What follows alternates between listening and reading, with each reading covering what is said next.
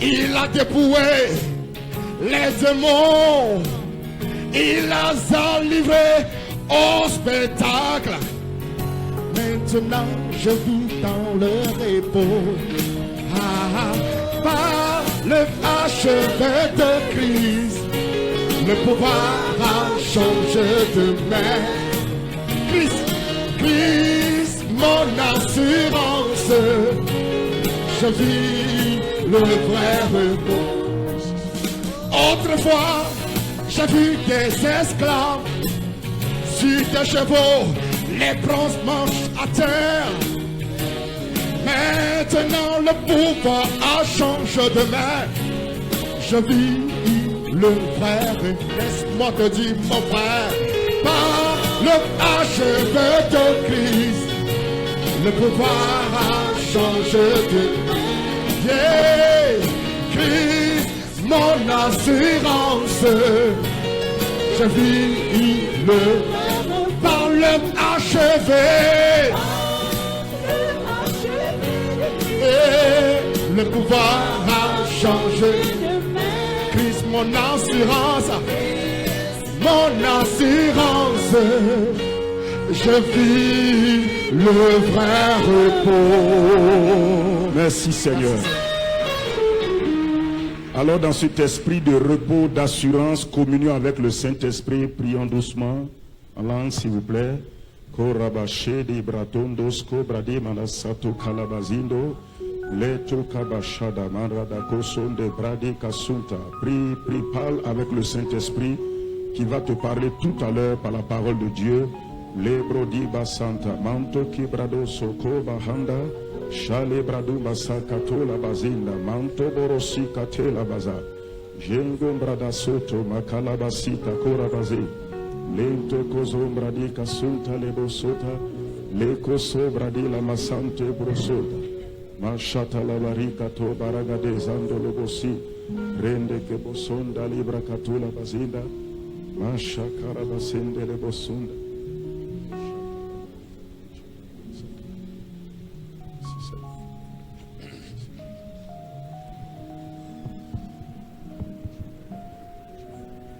Gloire à Dieu. Excellent Père de grâce, merci ce matin. Merci pour ta fidélité.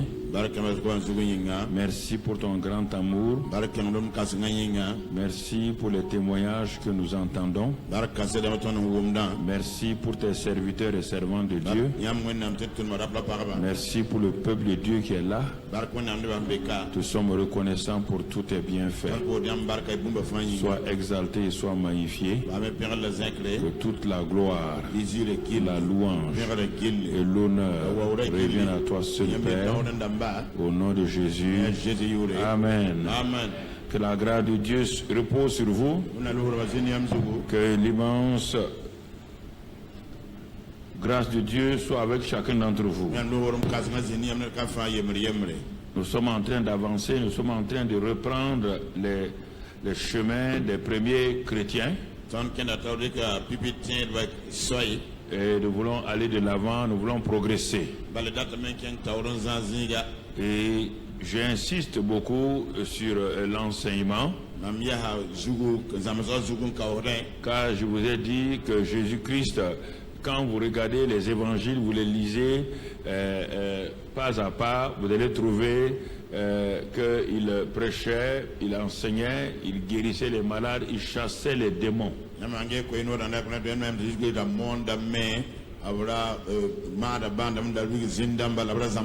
Et il a montré qu'effectivement, ce qu'il y a, c'est que lorsque le peuple n'est pas enseigné, le peuple est dans une ignorance totale et cela affecte la vie de l'église locale.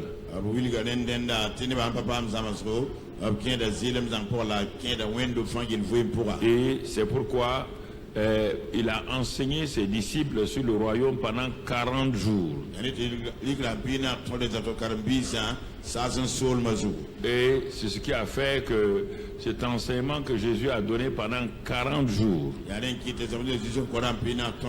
à ses disciples-là, c'est ça qui leur a permis, donc, après sa résurrection, c'est ça qui leur a permis vraiment de progresser. Et quand le Saint-Esprit est venu, de pouvoir enseigner le royaume de façon vraiment parfaite.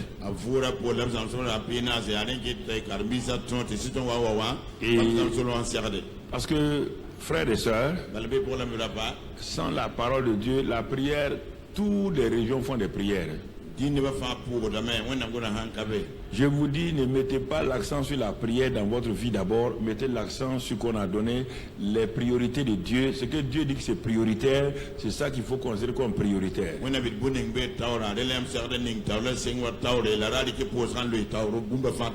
Il est dit que Dieu n'a rien fait sans sa parole. Il ne fera rien sans sa parole. Il soutient toutes choses par sa parole. Je comprends que beaucoup d'entre vous, vous êtes devenus chrétiens en passant par la guérison, la délivrance ou bien des choses. Mais ça, c'était le moyen de vous avoir.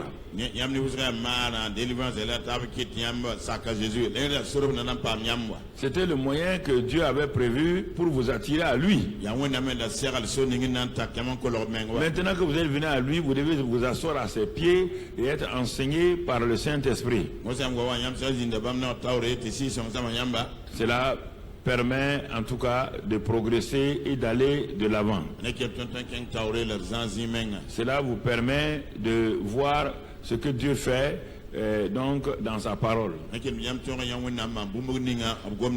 Et avant d'aller, je vais demander à la technique de régler donc les téléviseurs qui sont devant moi, car il y a double écriture, il y a double encore, vous descendez, vous venez vérifier cela.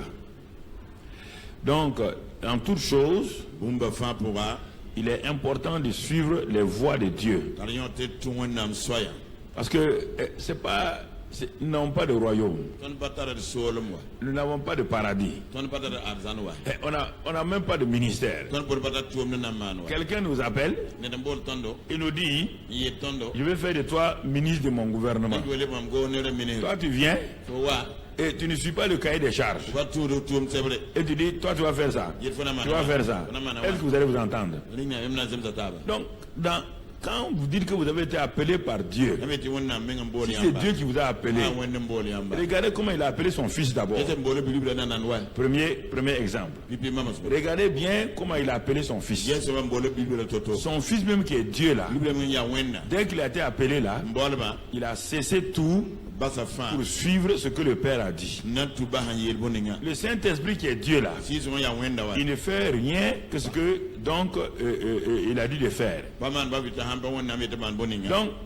vous devez, si vous êtes chrétien et vous dites que vous avez été appelé, vous devez passer le temps d'abord. C'est pourquoi pendant 30 ans Jésus n'était pas pressé. Il priait le Père. Lui et le Père étaient en communion. Merci. Donc quand il a fini tout cela, tout a été clairement défini.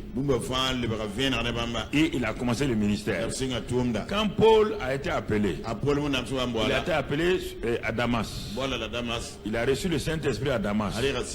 Qu'est-ce que Paul fait? Paul était un docteur. Il dit par rapport à la loi, il n'y a pas quelqu'un qui peut le condamner. Et donc à ce niveau-là, Paul opérait vraiment avec simplicité. Mais ce qui a fait la force de Paul par rapport à Pierre, Paul a ramassé tous les documents de l'Ancien Testament. C'est ça seulement qui était là, pas de Nouveau Testament encore. Il a dit qu'il est allé en Arabie pendant 3 ans. Le gars a disparu littéralement. Il est allé à l'école du Saint-Esprit. Et tout ce que nous voyons aujourd'hui, comment marcher par la foi, il est parti, il a étudié la vie d'Abraham. Parce que le mot foi dans l'Ancien Testament, ça apparaît 2 fois. Il n'y a pas de foi comme solide dans l'Ancien Testament comme dans le Nouveau Testament. C'est 2 fois que le mot foi apparaît. Alors, si tu veux enseigner la foi de l'Ancien Testament, il n'y a pas de foi dans l'Ancien Testament. La Bible te dit dans Galates que la foi étant venue, elle est venue par qui? Qui est l'auteur et le consommateur de la foi? C'est Jésus. C'est pas Abraham. Non. Si tu ne comprends pas tout ça là, c'est pourquoi quand il a pris l'histoire d'Abraham, Abraham a vécu dans Genèse 12 à Genèse jusqu'à la fin de sa vie. Quand tu le vois, il prend ça dans Romains 4. On dirait que ce n'est pas le même Abraham. Parce que le gars a la révélation. Quelle est la foi? Qu'est-ce qui s'est passé? Alors c'est pourquoi, frère, si tu ne te mets pas à l'école du Saint-Esprit, tu vas raconter des choses à gauche à droite. Tu vas dire des choses qui ne vont pas ensemble, qui ne sont pas en bonne corrélation. Il est le premier qui a enseigné la foi. Quand Paul a commencé la grâce, là aussi il a regardé attentivement qu'est-ce que la grâce. Et c'est lui qui est parti tirer encore. Il a tiré tout presque de Ésaïe et les Genèse. Il a tiré tout son enseignement de là-bas. Mais pourtant le gars était docteur. Il connaissait toute la loi. Il n'est pas allé dans la loi pour tirer l'enseignement du Nouveau Testament. Non. Quand il parle de la loi, ou même lui, mais les docteurs là, il compasse à la grâce. Il dit la loi là, elle est incapable. Et quand il parle de Moïse, dans son épître aux Corinthiens, il faut comprendre la parole de Dieu. Il faut que la parole de Dieu soit en vous pleinement. Ce n'est pas dans votre tête. Vous et la parole, vous devez être un. La parole doit être incarnée en vous. Quand il prend la loi de Moïse, un docteur de la loi, il te déchiquette la loi là en morceaux. Et il te dit, il a donné des noms à la loi. Il dit, c'est la condamnation. Il donne tous les noms. Vous comprenez? Et il dit, si quelqu'un lit Moïse, il voit les toujours là. Il ne voit rien. Alors, si il dit, quand on lit Moïse là, on est toujours aveugle. Voici l'homme de la loi, le docteur de la loi. Toi, tu veux enseigner la loi, tu n'es pas concerné par la loi. Quand toi tu es né par un, la loi ne te concernait pas. La loi concernait qui ici? La loi ne concernait ni le Burkinabé, ni les Français, ni les Américains. La loi concernait un peuple, on appelle le peuple juif. Et l'homme de la loi, le docteur de la loi, Paul te dit que cette loi-là, quand tu restes là-dedans, tu es aveugle. Tu ne vois pas la réalité. Il dit, c'est pourquoi Dieu a amené la grâce. Dieu a amené donc la vie nouvelle. Il dit la loi tue les gens. Elle tue les gens. Elle ne donne pas un pouvoir aux gens. Est-ce que tu as vu dans la loi quelqu'un qui a eu la foi pour vaincre le péché? Tu as vu quelqu'un qui a vaincu le péché? Tu as vu quelqu'un qui a vaincu le diable? La loi est incapable. Alors, si tu conduis ton église par la loi, l'Ancien Testament, tu vois, tu les crées des problèmes. Tu les crées des problèmes. C'est pourquoi le Nouveau Testament est venu. Quand le Nouveau Testament est venu, on dit la loi est venue par Moïse. La grâce et la vérité sont venues par qui? Jésus-Christ. Il dit, dans Hébreu, là, Paul est arrivé à son épître excellente, c'est l'épître aux Hébreux. Là, il te compare les deux régimes. Il te dit que la loi, c'est l'ombre des choses à venir. Elle est incapable d'ôter les péchés. Elle est incapable de transformer l'homme. Il dit, quand on parle de loi et on parle du tabernacle, on parle du voile, ça veut dire que le Saint-Esprit montre que la rédemption n'est pas encore venue. Et celui qui amène la rédemption, dans l'Ancien Testament, il n'y a pas de rédemption. Il y a ce qu'on appelle l'appropriation. L'expiation et l'appropriation, c'est deux choses différentes. L'appropriation, c'est couvrir les péchés. L'expiation, c'est ôter les péchés. Alors, si tu veux continuer à enseigner les gens comme cela, tu vas avoir un peuple qui ne va jamais aller loin, un peuple qui est dans la défaite, un peuple qui n'a pas la vérité, un peuple qui n'est pas affranchi, un peuple qui n'a pas la liberté. Parce que la loi condamne, mais la loi fait plaisir à la chair. Regarde Romains 7.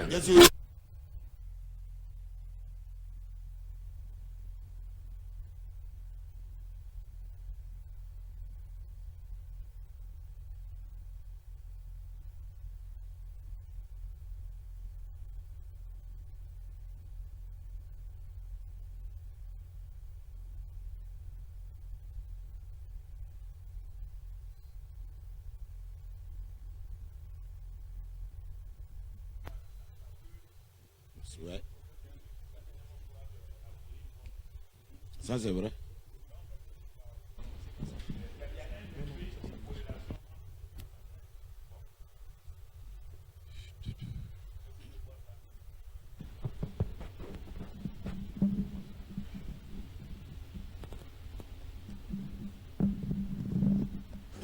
Alors, donc, nous revenons sur ces choses-là.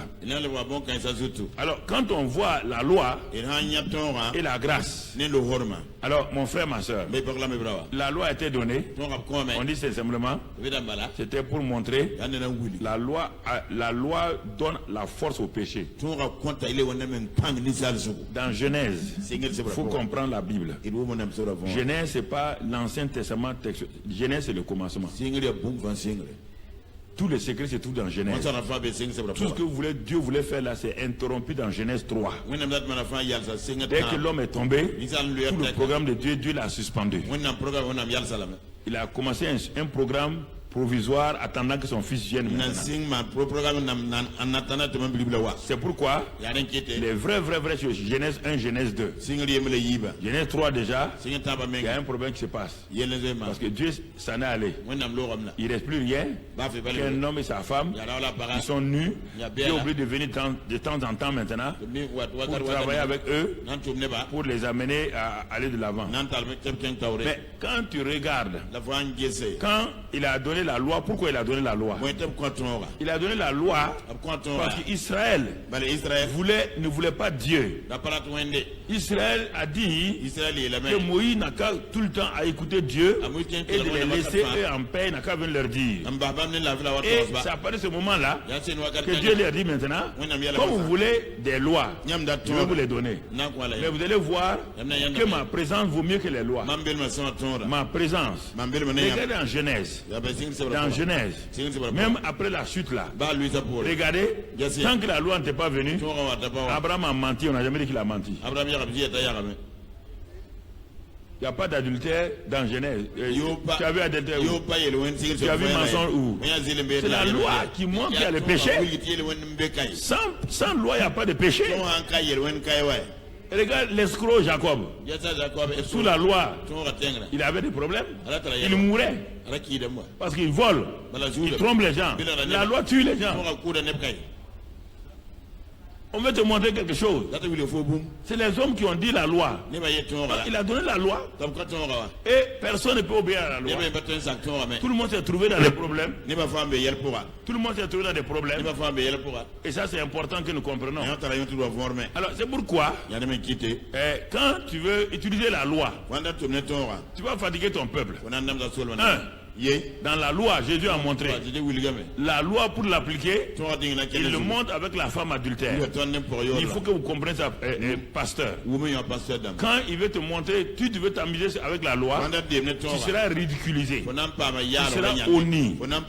Les gens ont voulu honnir Jésus en disant qu'il n'obéit pas à la loi. Il enfreint la loi de Moïse. Jésus a dit, il n'y a pas de problème.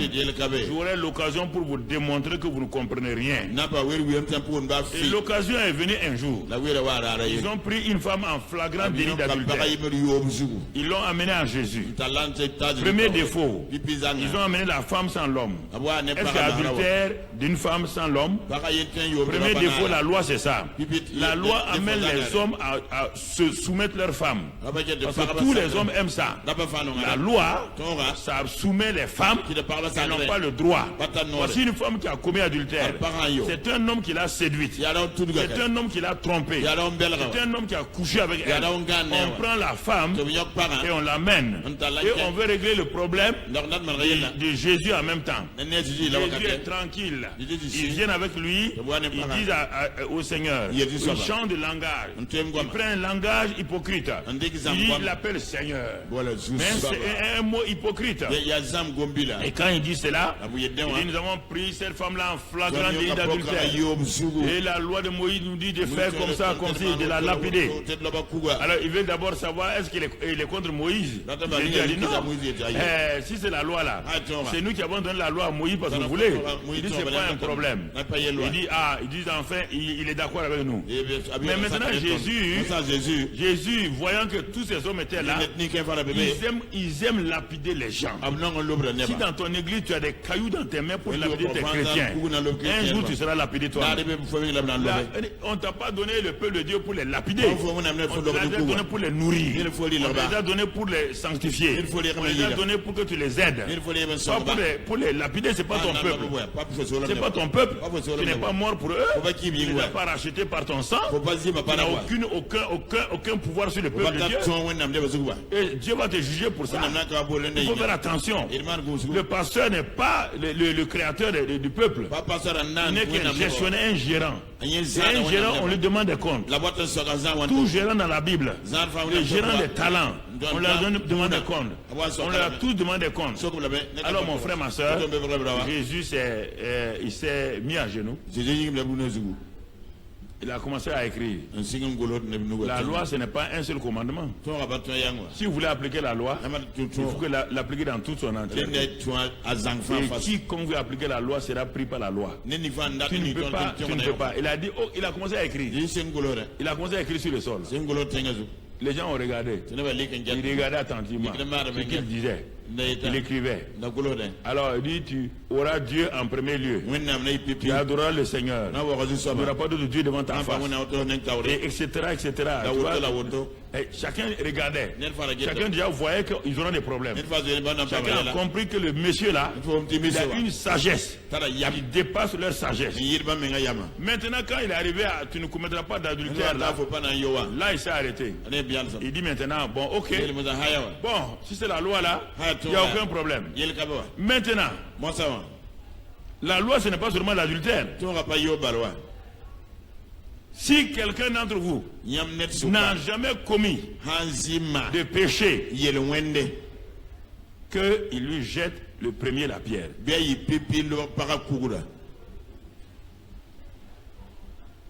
Silence complet. Les gens ont déposé les cailloux et silencieusement ils se sont éloignés. Je veux que vous compreniez ça très bien. Dieu ne vous a pas placé pour prêcher la loi. La loi a failli. Dieu te l'a balayé et il a inscrit ses lois spirituelles dans nos cœurs par le Saint-Esprit. Tu comprends? Et le Saint-Esprit est venu nous aider pour qu'on marche maintenant. Chaque fois qu'on faillit à la loi qui est inscrite dans nos cœurs, le Saint-Esprit nous reprend avec douceur et nous montre que tu n'es pas sur le bon chemin. Tu as le sang de Jésus à ta disposition pour te purifier. Quand tu te purifies, tu continues ta route. Or, la loi de Moïse, il n'y avait pas ça. Il n'y avait pas ça.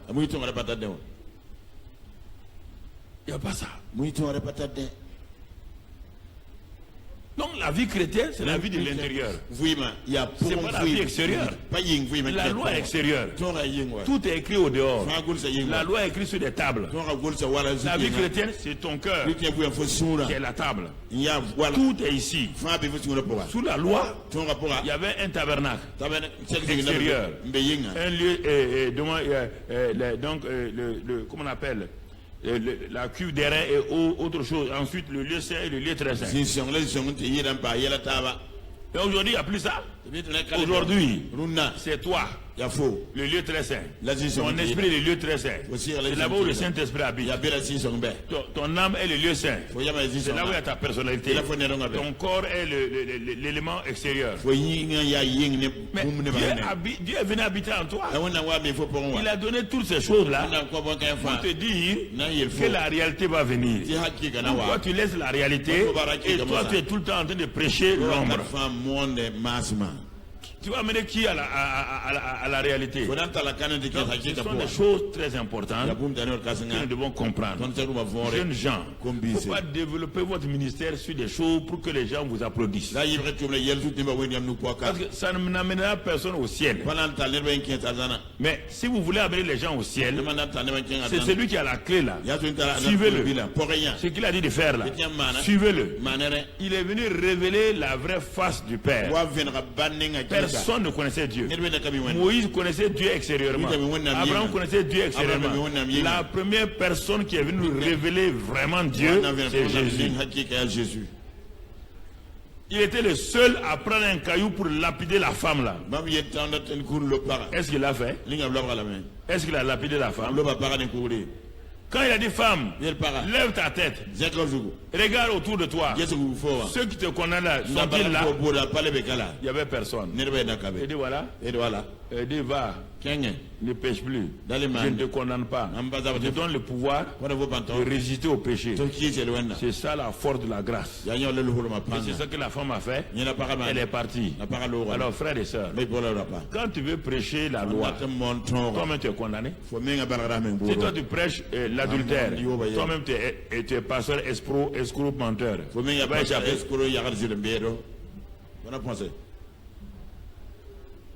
Quand tu prêches la loi là, tu sais que tu es hypocrite. Tu sais que tu es hypocrite. Pardon, il y a ce que les gens font, tu dis ça, mais ce que toi-même tu fais, tu ne dis pas. Mais en ce moment, quand Dieu regarde là, est-ce qu'il regarde ce que les gens font là? C'est toi qui parles là, qui les regarde. C'est pourquoi je ne m'amuse pas avec moi-même. Je m'assois, je me dis, Karambiri, si tu es hypocrite, tant pis pour toi. Tu peux venir mentir aux gens, mais moi, Dieu te connaît. Et le diable te connaît. Karambiri Mamadou, tu es fou. Trompe-toi toi-même. Ne sois pas honnête. Tu verras ce que tu vas crier devant Dieu. Voici comment je me corrige moi-même. Je n'ai pas besoin que quelqu'un me corrige. J'ai le Saint-Esprit en moi. J'ai la parole de Dieu en moi. Je m'assois, je regarde. Est-ce qu'une femme a besoin, quand elle a un miroir, qu'on lui dise que son visage est sale? Quand elle va dans la douche, elle voit le miroir. Elle voit qu'elle a la salive sur sa joue. Est-ce qu'on a besoin que quelqu'un lui dise ça? C'est elle qui plonge sa main dans l'eau. Elle nettoie son visage.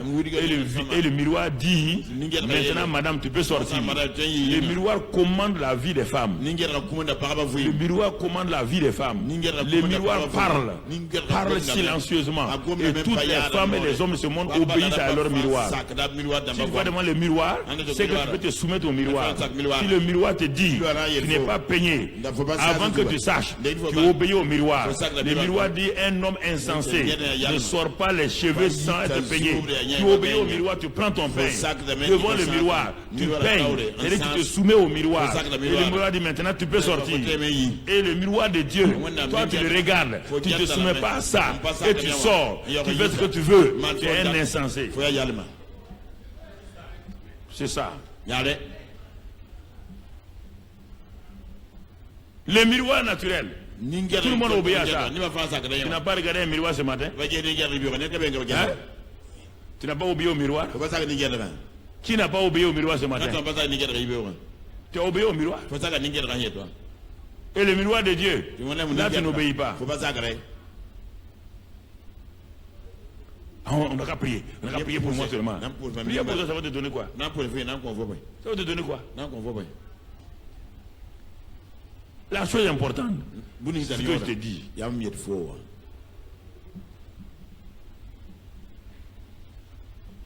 Vous savez, si je voulais que cette église-là, où moi-même je prêche là, je ne suis pas le pasteur de cette église.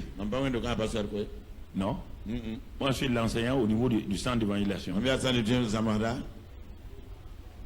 Si je voulais que cette église-là grandisse, c'est pas difficile.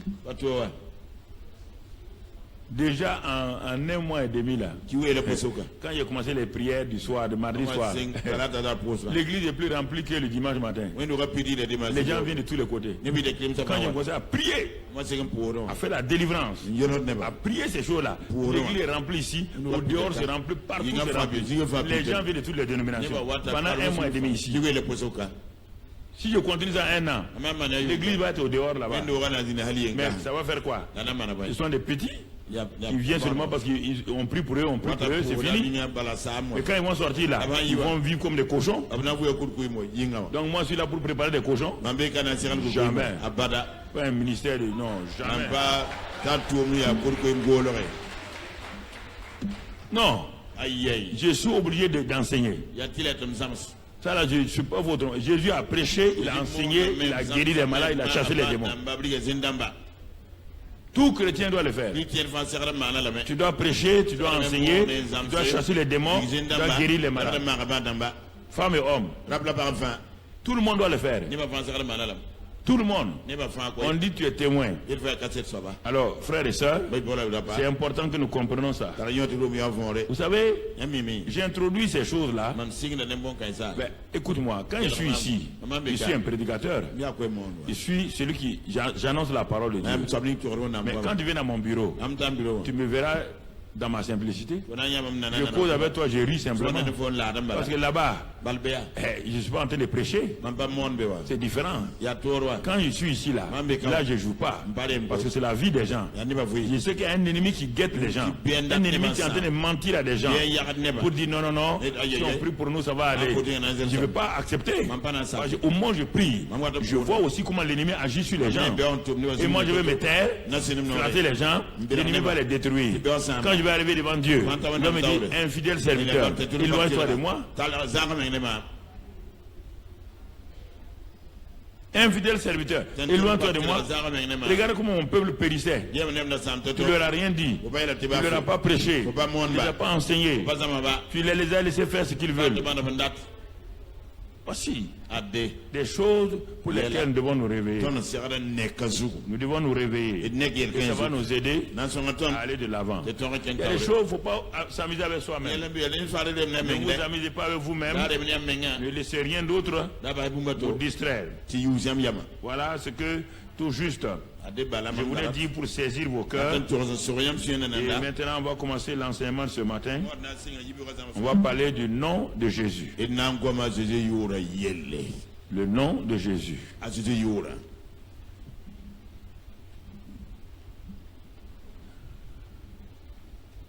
Pourquoi le nom de Jésus? Parce que hier soir nous avons dit pour comme le Père m'a envoyé, moi aussi je vous envoie. Et nous avons vu les 5 éléments, les 5 choses, comment que je puisse moi aussi exercer le pouvoir délégué qui m'a été donné par Jésus.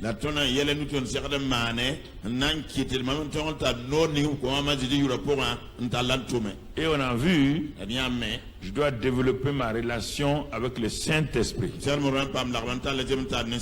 Sans lui, rien ne peut se faire sur la terre. Car c'est lui qui est venu et c'est lui qui est sur la terre actuellement, qui dirige l'église de Jésus-Christ. Et c'est lui le Seigneur. Dans le livre des Corinthiens, Paul vous l'a dit. Il y a le Seigneur. Le Seigneur, c'est l'Esprit. Le Seigneur du salut, c'est Jésus. Le Seigneur qui dirige l'église actuellement, c'est pas Jésus, c'est le Saint-Esprit. C'est écrit dans Corinthiens. Donc, il faut savoir, le Saint-Esprit est Seigneur, Jésus est Seigneur, et chacun dans son rôle. Jésus est assis à la droite du Père, sur la terre.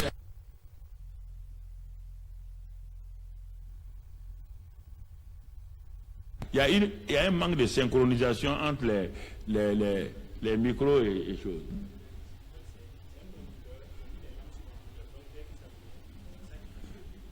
S'ils ont mis les lampes sur onduleur, quelle lampe? Il ne faut pas les mettre, S'il y a une mauvaise corrélation, il ne faut pas les mettre. Non, ce n'est ni ça, ni ça. C'est simplement une mauvaise corrélation, mon frère. Donc, ok, on va continuer. Donc, et quand nous comprenons un certain nombre de choses, ça nous aide pour aller de l'avant. Ça nous aide pour progresser. Et nous avons dit d'abord le Saint-Esprit. Alors, Quand Dieu dit c'est le Saint-Esprit, Jésus a dit d'attendre le Saint-Esprit. Si toi tu veux faire autre chose, tu t'exposes à de l'humiliation, à la honte. Deuxièmement, il y a la parole de Dieu. La parole de Dieu est l'épée du Saint-Esprit. Aucun militaire ne peut travailler sans ses armes. On te dit que le Saint-Esprit, son arme, c'est la parole.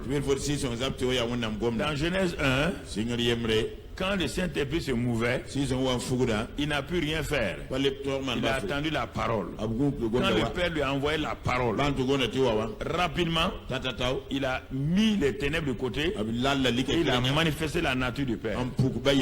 Donc, mon frère, ma soeur, si toute ta vie chrétienne, tu dépends des gens, toi-même tu n'as pas développé ta relation avec le Saint-Esprit, tu n'as pas, la parole de Dieu n'a pas une place importante. Et c'est ça qui affaiblit les gens. Avec vos cellulaires, vos choses là, c'est ça qui vous affaiblit. Les cellulaires, écoutez-moi frère, il y a un piège que Satan a tendu aux chrétiens. Quand vous avez votre cellulaire, écoute-moi, en plein chose ici, toi tu déroules, tu regardes, tu mets la parole de Dieu au même niveau que tes messages que tu reçois de tes amis. Tu abaisses la puissance de la parole. Parce qu'au même moment où tu regardes les versets là, au même moment tu regardes tes messages. Donc Dieu, ça choque Dieu. Ça choque Dieu. Ce que tu as cellulaire là, ça ne s'appelle pas la Bible. Ça s'appelle la Bible. Ce que tu as là, ce n'est pas la Bible. Dans ton cellulaire, il y a pornographie. Il y a magie là-dedans. Il y a toutes sortes de choses qu'on a développées. Et dans ça, toi tu es parti prendre la Bible, tu es parti mettre au milieu. Donc tu as mis au milieu de quoi? De tout ce qui... Tu as mis la Bible au même niveau que tes messages. Et c'est ça qui fait que les gens ne comprennent pas. Se moderniser pour se moderniser n'a pas de sens. C'est ça que je dis. Moi, je dis ça aux gens, ils ne comprennent pas. Et à cause de ça, aujourd'hui là, tous ceux qui utilisent ces choses-là, l'ordinateur et les choses là, ils ne prennent plus la Bible. C'est tout juste. La parole parlée, enseigne mon point. Les top chrétiens qui vivent de ça. Les chrétiens qui vivent de ça. Quand ils jouent le matin, qu'est-ce que le top chrétien a dit? Qu'est-ce qu'enseignement point a dit? Et quels sont les messages que j'ai reçus? Dès le matin, ils sont assis à ces choses-là. Mais comment voulez-vous avancer? On te dit la Sainte Bible. Satan veut supprimer le livre là comme ça.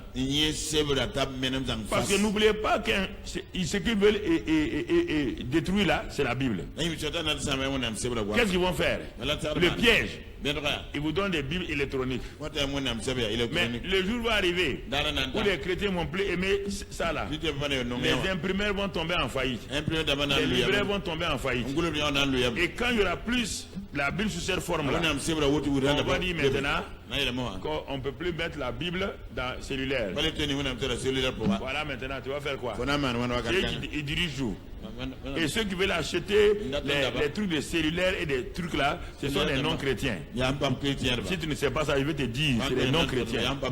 Et prenons quelqu'un d'une autre religion qui achète tous ces trucs où on vend tout ça là, il va laisser la Bible là-dedans. Vous n'aurez plus la Bible en papier, vous n'aurez plus la Bible dans votre cellulaire.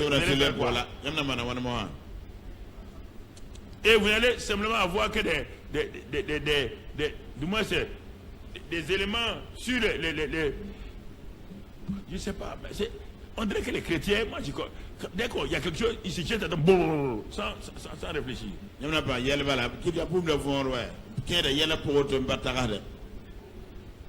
y a aujourd'hui des pasteurs, ils ne peuvent pas préparer leur message sans internet ou chose. Regarde, quand tu as ton appareil devant toi, tu es en train d'étudier la Bible avec l'appareil là. Tu es obligé tout le temps d'être distrait. Tu es obligé de taper, de regarder. Il n'y a pas de communion entre toi et un ordinateur. Il n'y a pas de communion. Quelle communion? D'abord, l'ordinateur là, on te dit que ça rend aveugle les gens. En regardant, on te dit ça, et c'est scientifiquement prouvé. En regardant l'ordinateur tous les jours, ça te rend aveugle. Ça diminue ta vision. Ça crée des cancers.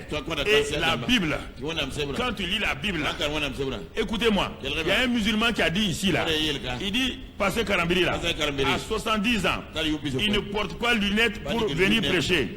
Il dit, vous savez pourquoi? Un musulman ici, il dit c'est sa Bible là. Quand il regarde ça là, Dieu renouvelle ses yeux.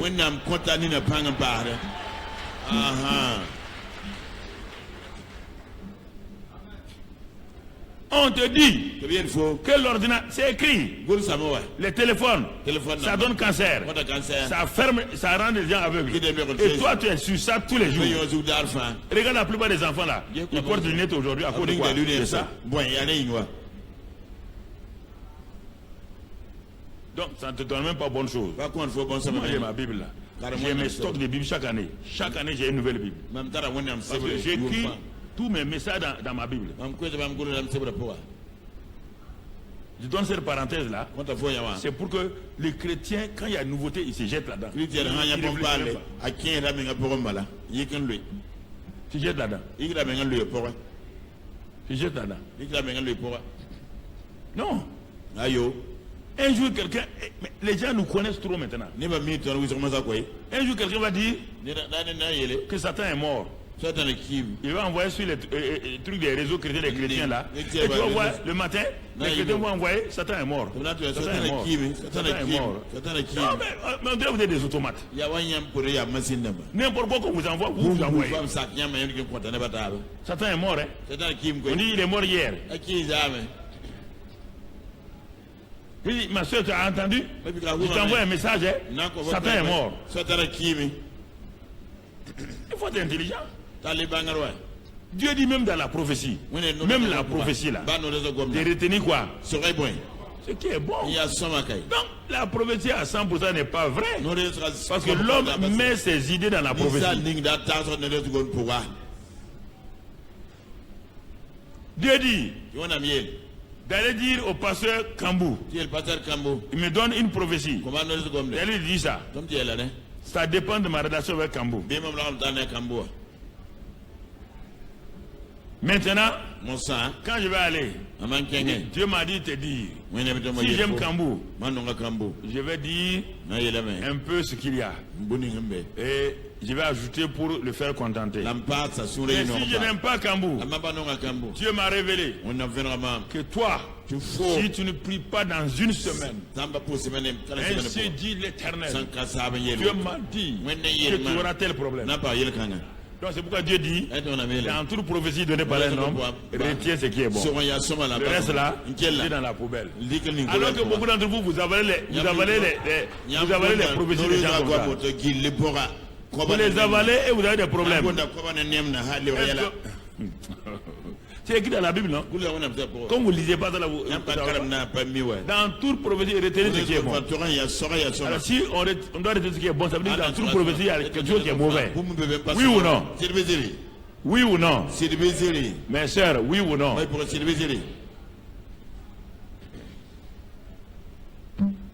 C'est des choses importantes.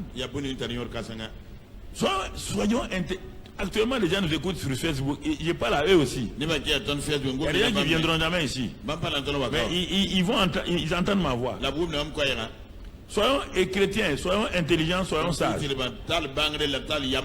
Le reste là, ça ne sert à rien. Donc le nom de Jésus, quand nous abordons cela, parce que c'est l'élément central du pouvoir qui a changé de main. C'est l'élément central. Et j'ai découvert cela il y a plusieurs années. Parce que comme j'aime beaucoup lire,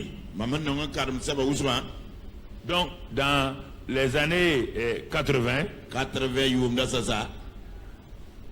des livres ont commencé à apparaître sur la scène, des livres de Kenneth Hagin, Osborne, tous ces livres-là ont apparu sur la scène. En ce temps, je cherchais mes marques. Je me demandais comment on va avancer, comment on va aller. Et je suis tombé sur les premiers livres en anglais, c'était pas en français d'abord. Et un jour, je lisais le témoignage de Kenneth Hagin quand lui aussi il était jeune, il ne comprenait pas les voix de Dieu. Il dit qu'un jour il priait. Quand il priait, à un moment donné, le Seigneur Jésus lui a apparu dans la vision. Il parlait à Jésus et Jésus lui répondait. Jésus lui révélait des secrets. Il était content. Et puis à un moment donné, il y a un écran noir qui est venu entre lui et Jésus. Et au-dessus de cet écran noir-là, il y a un démon qui a amené l'écran là. Lui, il ne voyait plus Jésus, il n'entendait plus Jésus. Et il attendait que Jésus fasse quelque chose. Il a attendu. Jésus ne fait rien. C'est là qu'il était énervé. Et sans se rendre compte, il a dit au nom de Jésus. Démon, il faut quitter ici. Quand il a dit ça, il a remarqué quelque chose. Non seulement le démon a diminué de taille, et l'écran a diminué de taille. Il a continué. Il faut bien écouter. Souvent, n'applaudissez pas, il faut bien écouter. C'est pour toi que je parle. Écoute-moi très bien. Quand il a vu ça, ça lui a donné le courage. Il a dit au nom de Jésus, démon, tu quittes. Quand il a dit ça 3-4 fois, le démon a commencé à crier. Si c'est au nom de Jésus, je vais quitter. Si c'est au nom de, il a dit, si c'est au nom de Jésus, tu vas quitter. Donc il a dit au nom de qui Jésus. En ce moment-là, le démon a disparu et l'écran a disparu. Alors, il voyait Jésus encore. Il pose la question à Jésus. Seigneur, pourquoi tu n'as pas chassé les démons? Pourquoi le démon m'a empêché de t'entendre? Jésus lui a dit, lui il ne chasse plus les démons. Lui, il a fini son temps de chasser les démons. Lui, il est assis au ciel.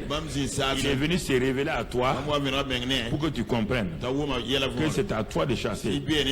Je suis venu te donner une leçon que tu comprennes que mon nom est égal à moi-même. Et que quand tu l'utilises, quand j'étais sur la terre, quand aujourd'hui toi tu dis mon nom là, tu as le même résultat. C'est là que quand j'ai lu ça, je me suis couché. J'ai crié à Dieu. Seigneur, tu viens de me sortir de mon ignorance. Je savais que le nom de Jésus est puissant. Mais je le disais à la fin de mes prières. Quand je fais une longue phrase, je termine à dire au nom de Jésus. Mais elle a dit non. Le nom de Jésus, c'est pas pour terminer vos phrases de prière. J'ai commencé à regarder dans le Nouveau Testament. J'ai vu que non, ils ne terminent pas leur prière au nom de Jésus. Non. C'est pas pour parler une longue phrase puis elle a dit à la fin au nom de Jésus. J'ai dit, mais Seigneur, tu es en train de m'apprendre quelque chose. Et j'ai continué. Un jour, le même Kenneth Hagin donne un témoignage. Et il dit que un jour, il y a un jeune évangéliste qui a été invité dans une église. Mais le pasteur était parti, en mission. Il a dit à sa femme de s'occuper du jeune évangéliste là, en attendant que lui il revienne. Et au moment où le jeune évangéliste logeait chez le pasteur là, on est venu dire à la femme du pasteur qu'il y a un des enfants de l'église, un petit enfant qui a la fièvre qui est beaucoup agitée. Donc la femme du pasteur a dit au jeune évangéliste, à l'autre frère et sœurs, on va aller pour prier pour l'enfant. Quand ils sont arrivés, la femme du pasteur a honoré le jeune évangéliste en disant prie pour l'enfant. Le jeune évangéliste a cru, il a commencé à crier, à faire des choses, à parler, à s'agiter. Rien. La femme du pasteur a dit, bon, ok, jeune homme, c'est bien. Il dit à tout le monde, approchez-vous. Les gens sont approchés près du lit. Elle a dit à tout le monde de dire seulement Jésus. Jésus. Jésus. Jésus. Jésus. Quand ils ont dit ça, l'enfant là s'est calmé. Et après, quand ils sont assis pour causer, les choses sont revenues encore. Le jeune évangéliste là, il n'a pas appris la leçon. Il a commencé encore à bombarder. Vous bombardez qui? Vos termes là, vous bombardez qui? Quand on va bombarder, vous bombardez qui? Dieu ou qui? On va faire les prières de bombardement. Tu vas bombarder qui? Vous êtes des bombardiers? Des termes que vous prenez à gauche, à droite, sans savoir ce que ça veut dire. On va bombarder le ciel. Quand tu bombardes le ciel, les anges vont te laisser. Et tu comprends bombarder. Pourquoi vous dites des termes que vous prenez à gauche, à droite, sans comprendre, on va bombarder le ciel. Bombarde le ciel, tu vas comprendre ta douleur. Bombarder veut dire détruire. On bombarde pour détruire. Toi, tu veux bombarder le ciel et détruire le ciel. Alors, quand le jeune évangile a commencé encore, la femme du pasteur dit, bon, donnons-nous la main. Disons seulement Jésus. Appelons son nom Jésus. Quand on l'appelle là, son nom là, c'est comme si c'est la personne. Le Saint-Esprit va agir. Quand ils ont fait ça, la fille là s'est calmée, elle a dormi, elle s'est libérée comme ça. Là encore, j'ai dit Seigneur. Donc le nom de Jésus là, c'est pas une formule. Seigneur m'a dit c'est pas une formule. Est-ce que le nom Karambé est une formule? Si tu es un Karambé pauvre, ton nom est pauvre, ça n'agit pas. On ne te connaît pas. Tu as beau aller quelque part, tu nous dis Karambé est venu. C'est qui ça? C'est le pauvre du village. On dit bon, donnez-lui une chaise au fond de la salle là-bas. Le nom et la puissance vont ensemble. Il y a des gens, quand on dit leur nom, toute la salle se tient debout. C'est son nom seulement, tout le monde est debout. Lui-même n'est pas venu. Pourquoi?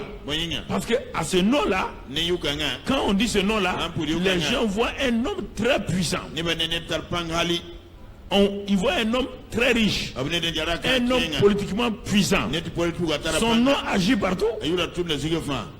C'est pourquoi il envoie des gens pour aller agir en son nom. Et si tu maltraites son envoyé, tu l'as maltraité lui-même.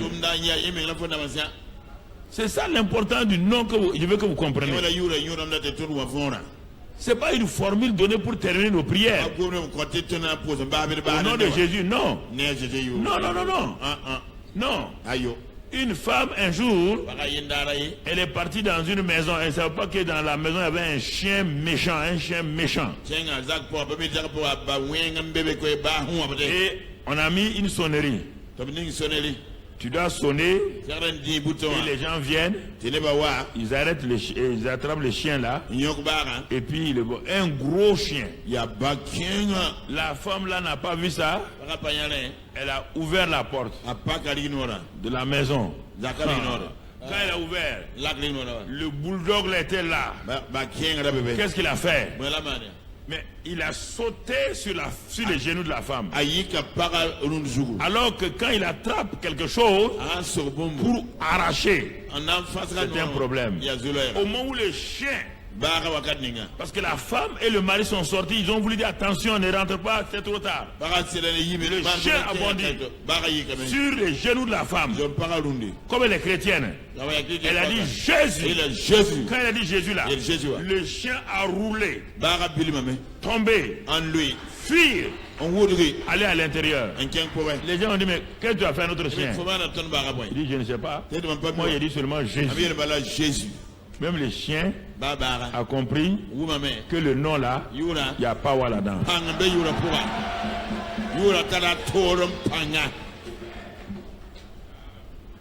Non, je veux que vous... Faut pas vous lever. Non, si vous vulgarisez ce nom-là, ça ne marchera pas. Il faut savoir l'utiliser au temps convenable, avec honnêteté, sérieux et confiance. Alors, mon frère, ma soeur, si tu regardes cela, regardons l'importance que le Père accorde au nom de Jésus. C'est ça que tu dois savoir. Si le Père accorde une importance au nom de Jésus, et toi et moi, nous faisons fi de ce nom-là, nous allons nous créer un problème. Alors, regardons dans Philippiens 2. Philippiens 2, et regardons l'importance que le Père a accordée à ce nom. Philippiens 2, vous avez, je n'ai pas besoin de dire le verset, vous avez le papier avec vous. Il dit, Jésus ayant paru comme un simple homme, il s'est humilié lui-même, se rendant obéissant jusqu'à la mort, même jusqu'à la mort de la croix. La suite maintenant, c'est pourquoi quand tu étudies la Bible, ne va pas loin, trop loin, prends 2 ou 3 versets et tu dis, ne dis pas tu vas faire ta lecture d'un chapitre, ça ne te servira à rien. C'est pourquoi. Ah, je m'arrête. Ça c'est important, c'est pourquoi Dieu veut te dire quelque chose d'important. Quand tu vois les mains, les quarts, les et, les ou, les donc, les pourquoi, arrête-toi, Dieu veut te parler. Les conjonctions de coordination, c'est important. On dit conjonction de coordination, ça va coordonner quelque chose qui est déjà passé. Et la deuxième partie va te montrer l'importance de ce qui va suivre. Quand tu dis la Bible, il faut savoir connaître l'intonation de la voix et de l'écriture de Dieu. Mon frère, ma soeur, c'est pourquoi. Je m'arrête. Dieu est en train d'attirer mon attention. C'est pourquoi aussi Dieu l'a souverainement élevé. Qui? Le Jésus qui s'est humilié, le Jésus qui s'est dépouillé, ne se rendant pas égal à Dieu lui-même, il s'est dépouillé. Et on dit maintenant, en contrepartie, qu'est-ce que Dieu fait? Il l'a souverainement élevé. Souverainement élevé. Pourquoi? Pourquoi il est élevé? Quand il l'a élevé, regardez maintenant, il lui a donné le nom qui est au-dessus de tout nom. Absolument. Tout nom.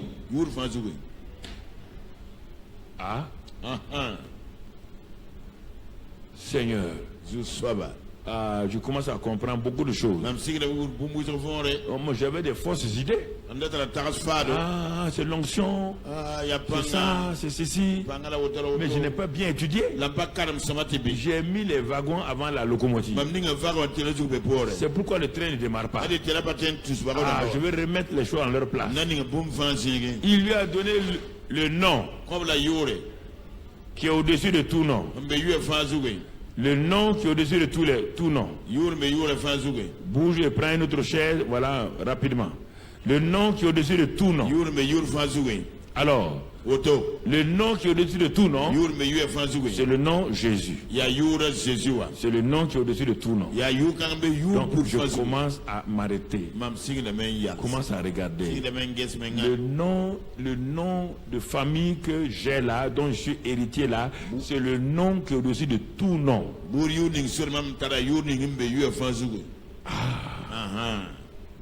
Dans le village, on dit voici ce nom-là, ce nom de ce papa-là qui domine tous les noms.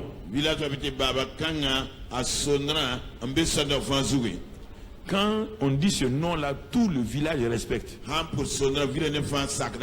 Alors, si tu veux avoir accès, tu vas utiliser quel nom? C'est ce nom-là. Alors, on te dit ici le nom qui est au-dessus de tout nom. Et mais ce nom qui est au-dessus de tout nom, c'est pourquoi? Si c'est parce qu'on l'a élevé au-dessus de tout nom, ça le régale. Mais qu'est-ce que moi je tire là-dedans? Afin, maintenant, on me parle de moi. Mon intérêt vient. Mon intérêt est en train de venir. Ce nom-là, qui est au-dessus de tout nom, ça c'est Jésus. Mais si moi je tire rien, je ne gagne rien là-dedans, c'est pas important. Mais on me dit afin qu'au nom de Jésus,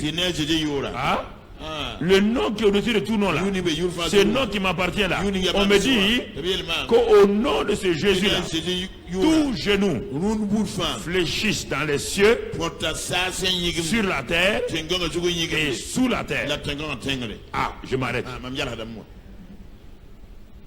C'est comme ça que j'étudie. Je ne bouge pas. Ensemble, j'ai mon cahier. Oh, Saint-Esprit, merci. Je commence à noter le nom qui est au-dessus de tout nom. Donc, ça veut dire, je viens de comprendre que j'ai le nom qui est au-dessus de tout nom. Je commence à remercier Dieu. Je ne continue pas, j'ai remercié Dieu. Je le bénis d'avoir eu la révélation de ce nom. Et maintenant qu'il m'a dit qu'en ce nom-là, tout genou fléchit dans les cieux, sur la terre, sous la terre. Dieu me dit que ce nom-là contrôle les 3 dimensions. Le nom de Jésus contrôle le ciel, la terre et sous la terre. Je viens de comprendre. Il y a quelque chose d'important. Une richesse que je suis en train de découvrir. Mais quand quelqu'un devient chrétien, il ne voit que les bénédictions. Il ne comprend pas ce que je lui dis ce matin. Il ne comprend pas. Il ne comprend pas. Il ne comprend pas ça. Ce nom est pour moi. Et ce n'est pas fini. Et que toute langue confesse que Jésus-Christ est Seigneur à la gloire de Dieu le Père. Alors, à partir de ce moment-là, je commence à réfléchir. Mais c'est extraordinaire. Donc le nom là, c'est pas pour terminer mes prières. Non. C'est le nom qui opère en tout temps, en tout lieu, dans le ciel, sur la terre et sous la terre.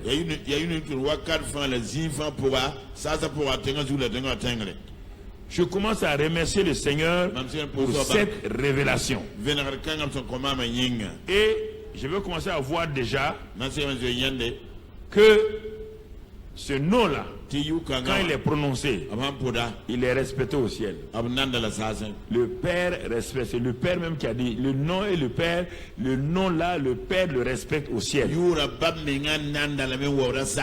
Le Père est assis au ciel, mais il te dit que le nom de son fils là, Jésus là, ça affecte le ciel. C'est-à-dire que quand tu dis ce nom-là, le papa même lui-même, il est intéressé par ça. Si tu ne comprends pas, on va aller dans Hébreux 1, verset 1. Hébreux 1, verset 1. Pour que tu comprennes. Après avoir autrefois à plusieurs reprises et de plusieurs manières parlé à nos pères par les prophètes. Il a parlé par nos prophètes avant. Mais et maintenant, voilà la vérité présente. La vérité présente c'est quoi? La vérité passée c'est pas quoi? Dieu a parlé à nos pères par les prophètes. Mais aujourd'hui, Dieu parle par qui en premier lieu? Dieu. La suite, dans ces derniers temps, il nous a parlé par le Fils. Il a établi héritier de toutes choses, par lequel il a aussi créé le monde, mon frère, et qui étant le reflet de sa gloire et l'empreinte de sa personne. Regarde le Fils, ce qu'il est. Quand tu vois le Fils, quand tu vois le nom du Fils, tu vois la gloire, tu vois l'empreinte de sa personne. Donc c'est pas n'importe qui. Donc Dieu te parle de son Fils. Fais attention à ça. Dieu te parle de son Fils. Il est le reflet de sa propre gloire. Il est l'empreinte de sa personne. Chaque homme a une seule, chaque empreinte est particulière dans le monde. Quand je pose mes empreintes et que vous tous posez vos empreintes, il n'y a aucune empreinte. Dieu te dit que son Fils là, c'est l'empreinte de sa personne. Donc ça veut dire c'est important. Donc je dois faire attention. Et ensuite, il soutient toutes choses par sa parole puissante. Donc Dieu m'avertit. Son Fils, sa parole, c'est ça qui soutient toutes choses. Qu'est-ce qu'il a fait ce Fils-là? Pourquoi le ciel a accepté? Le ciel a accepté quoi? Le Fils a fait la purification des péchés. Quand il a fait ça, il s'est assis à la droite de la majesté divine dans les lieux très hauts. Le Père te montre que ce nom est au-dessus de tout nom. Parce que la personne elle-même, si le nom est au-dessus de tout, où se trouve la personne elle-même? La personne elle-même a été élevée. Elle est assise à la droite du Père. Elle est là-bas, dans les lieux célestes. Son nom opère maintenant dans les cieux. Il y a deux choses. Il y a la personne de Jésus qui est au ciel. Il y a son nom qui a fait le ciel, la terre et sous la terre. Et moi je suis où? Sur la terre. Il va me montrer comment ce nom-là est important pour moi. Mais jusqu'à présent, le Père me montre l'importance du nom de son Fils. Et continuons les versets. Et regarde maintenant, ce Fils-là, il est devenu d'autant supérieur aux anges qu'il a hérité d'un nom plus excellent que le nom des anges. Ah. Il te dit Gabriel, Michel, tous ces noms-là. Il dit le nom du Fils est supérieur à tous ces noms. C'est le Père qui te parle. Donc ne joue pas avec ce que le Père a dit. Non, on va faire ça au nom de Jésus. Les gens jouent trop avec le nom de Jésus. Le Père a honoré le Fils. Il a honoré le nom du Fils. Et toi tu utilises ça comme un gris-gris. Ah, au nom de Jésus, on va faire ça. Au nom de Jésus, tu verras. Au nom de Jésus, tu verras. Le nom de Jésus est là pour que les gens voient.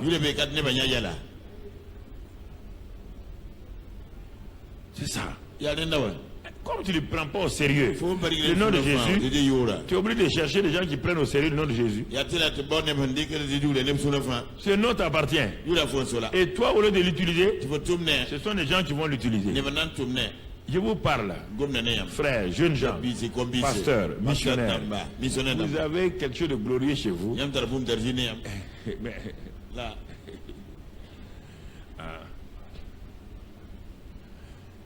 J'ai commencé là où vous êtes assis là. Je n'ai pas eu des enseignements comme ça. J'ai pris ma Bible et j'ai pris quelques livres. J'ai lu, j'ai regardé si c'est conforme à la Bible. Et j'ai commencé à fonctionner avec ça.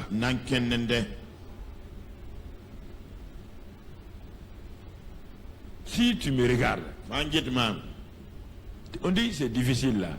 Un homme qui n'a pas fait d'école biblique, un homme qui a été simplement appelé, qui n'a pas d'argent, qui n'a pas de qualification. Tu regardes cet homme-là, il est assis aujourd'hui ici. Et tu vois tout ce qu'il est en train de faire. Et toi, tu ne dis pas, mais si lui l'a pu faire, moi je vais faire. Toi, tu dis que c'est difficile. Tu crois que c'était facile pour moi?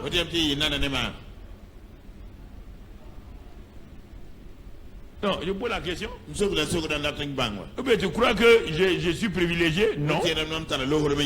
Non. Non. Je n'ai pas trompé quelqu'un pour avoir l'argent. Je n'ai pas pris l'argent de quelqu'un. J'ai refusé de dépendre de l'argent des gens. Je me suis appuyé sur Dieu. Uniquement sur lui. Dès que j'ai su que le nom de Jésus là. Regardons Jean 16. Regardons Jean 16. Maintenant j'ai compris la prière. C'est pourquoi je parle de prière là. Si tu ne comprends pas, regardons la prière maintenant. On va prier. On va prier. D'accord. Tu as prié là. Tu as reçu quoi? Jean 16. La Bible est claire. Il dit en ce jour là. Quel jour? Le jour que moi serai là-haut. Et que le Saint-Esprit sera en bas. Vous ne m'interrogerez plus sur rien. En vérité, je vous le dis. Il te dit la vérité, toute la vérité. Ce que vous demanderez au Père, il vous le donnera en mon nom. Écoutez frère, où Dieu est menteur, Jésus est menteur. Donc notre présence ici n'a aucune valeur. Aucune. Pasteur, missionnaire, Papa bon Dieu dit, tant que vous ne comprendrez pas ça là, vous dépendrez misérablement du siège. Et vous ne serez jamais heureux. On se dit ici, regarde ce qu'il dit, pasteur. Remets le verset en place. Remets le verset en place. Je vous dis la vérité, dit Jésus. Ce que vous demanderez au Père, il vous le donnera en mon nom. Est-ce que toi, missionnaire, pasteur, chrétien, tu t'es assis et tu as défié Dieu avec ces paroles-là? Le gars, c'est comme s'il jurait. C'est comme s'il prêtait serment pour dire au monde, écoutez-moi, quand il dit en vérité là, c'est pour vous dire que je ne peux pas mentir. Je vous dis la vérité. Ce que vous demanderez au Père, il vous le donnera en mon nom. La suite. La suite. Jusqu'à présent, vous n'avez rien demandé à mon nom. Ah non, Jésus. Nous on a dit au nom de Jésus. On a dit non. Si vous avez demandé à mon nom, vous allez recevoir. Si vous avez demandé au nom de Jésus, vous n'avez pas reçu, vous n'avez pas demandé à mon nom. Vous avez demandé selon la formule religieuse.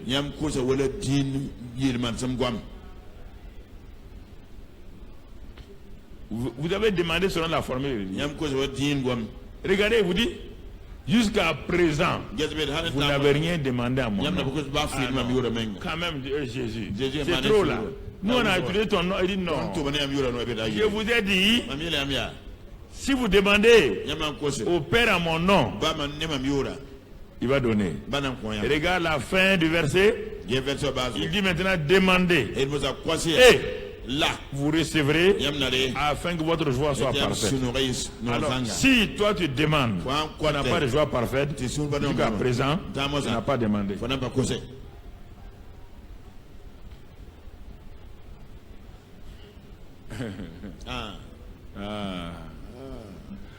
Pasteur, apôtre, prophète, écoutez-moi.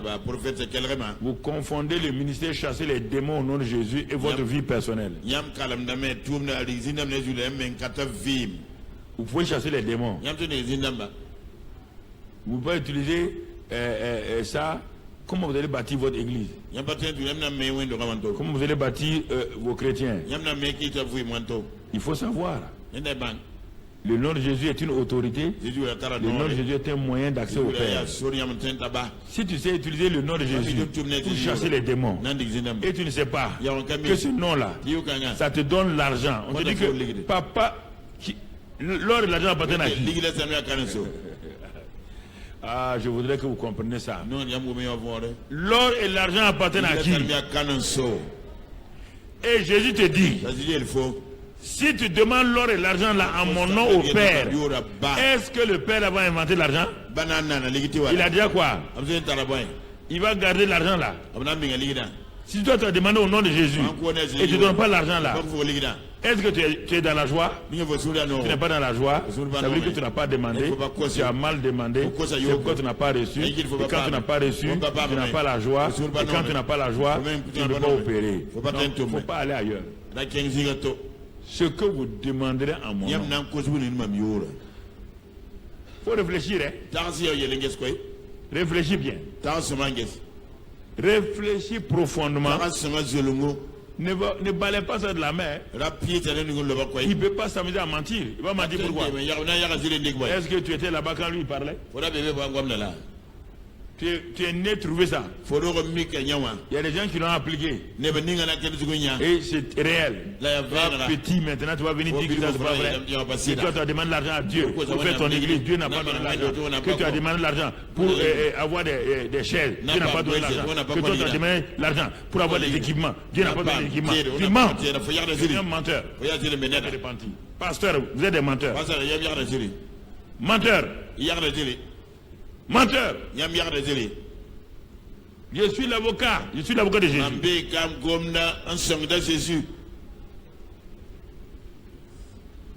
Regarde-moi. J'ai eu l'argent où? Qui m'a donné l'argent?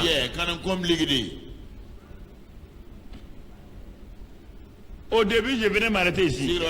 L'église, c'était ça. Il n'y avait pas ça. Je venais m'arrêter ici. J'amenais mes papiers, mes factures. Il n'y a personne. Je venais m'arrêter là. Là où est la télévision là. Je présentais mes factures là.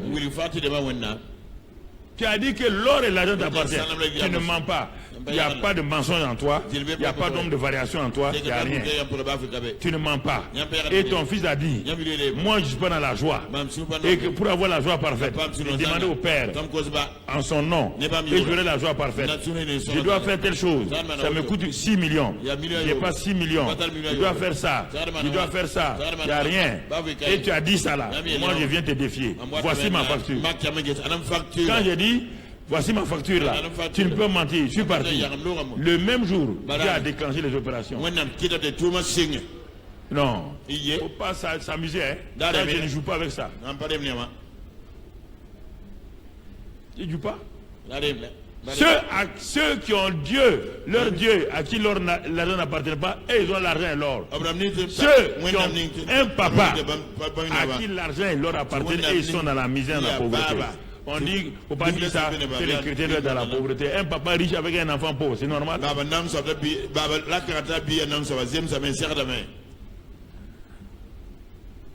Allez lire dans Jacques. Le complément est là-bas. Pas lire, le complément est là-bas. Il dit, vous ne savez pas demander. Vous avez des querelles, c'est pour que quand vous demandez, ça ne va pas. Non, ce n'est pas la prière qui est importante. C'est la disposition pour faire la prière. Les gens prient partout. On dit, papa Karim n'a pas compris. Tu pries, tu gagnes quoi? Et quelle joie tu as? Quelle joie tu as? Je reçois des messages régulièrement. Papa Karam, il faut prier pour nous. Les jours que Papa Karam dit c'est là-bas, là, tu vas faire quoi? Tu vas chercher quelqu'un d'autre encore? Comment Dieu peut t'abandonner? Quel est ce Dieu-là? Il t'a sauvé souverainement.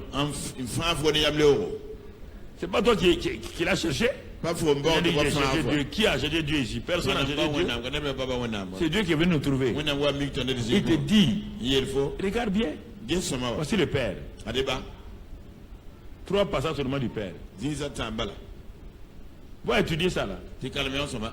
Et parle au Père. Tu dis, mais non, j'ai pas compris. Hein. Si tu dis ça ne va pas, va lire dans Jacques. Pourquoi les prières ne sont pas exaucées? Va lire dans 1 Pierre 3. Maintenant, il faut balayer. 1 Pierre 3 dit, 7, 8 dit, mauvaise relation entre la femme et l'homme, même si dit au nom de Jésus, ça ne marchera pas. Alors que beaucoup d'hommes ont des mauvaises relations avec leurs femmes. La plupart des pasteurs, jeunes pasteurs là, il y a des gens qui ont mauvaises relations avec leurs femmes, c'est des jeunes pasteurs. Ce sont des dictateurs. Ils pensent que Dieu les a appelés. Si Dieu t'a appelé, Dieu n'a pas appelé ta femme, c'est grave. Dieu a un appelé avec un non appelé, il y aura bagarre.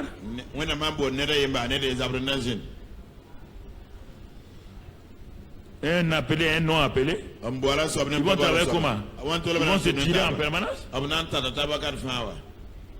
C'est pourquoi la femme dit je vais travailler. Beaucoup de vos... Mais je sais, parce qu'à la réunion des femmes de pasteurs ici, plein de jeunes pasteurs et femmes ne viennent pas. Parce qu'elle dit, c'est mon mari qui a été appelé. Moi, pasteur, il faut prier pour moi. Je veux travailler. Je veux vendre quoi? Je veux vendre les tickets de loterie. Femmes de pasteurs qui vendent des tickets de loterie.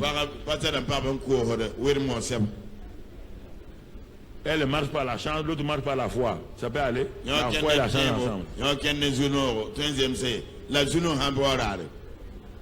Vos mauvaises relations font que le nom de Jésus ne fonctionne pas.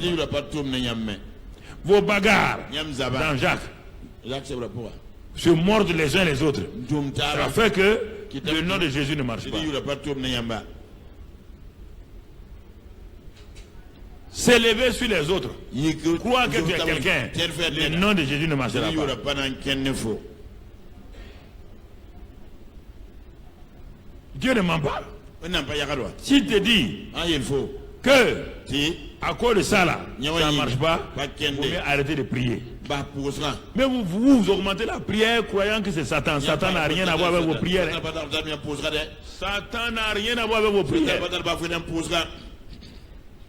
Pas l'accuser. De temps en temps, Satan dit à Dieu, tes enfants là sont menteurs, et puis ils mentent comme moi, et puis il dit que c'est ça. Il refuse de se réconcilier. Il refuse de se pardonner. Et toi, tu ne réponds pas à leur prière. Il me dit, c'est moi. Qu'est-ce que j'ai fait dans leur prière? Et puis quand il priait, même quand il priait à Ouara, moi j'étais en Indochine. Je n'étais pas ici. Ce sont mes démons qui m'ont envoyé réseau en disant qu'il y a un type qui prie ici, on ne va pas l'écouter. Je vous parle terre à terre. Terre à terre. Vous le savez bien que ce que je dis c'est la vérité. Vous ne voulez pas obéir. C'est pourquoi vous cherchez des prières pour vous. Vous cherchez des prières. Si quelqu'un, tu vois quelqu'un qui est en train de chercher des prières, ça ne va pas chez lui. Ah oui? Tu cherches des prières pourquoi? Pourquoi ta prière ne marche pas?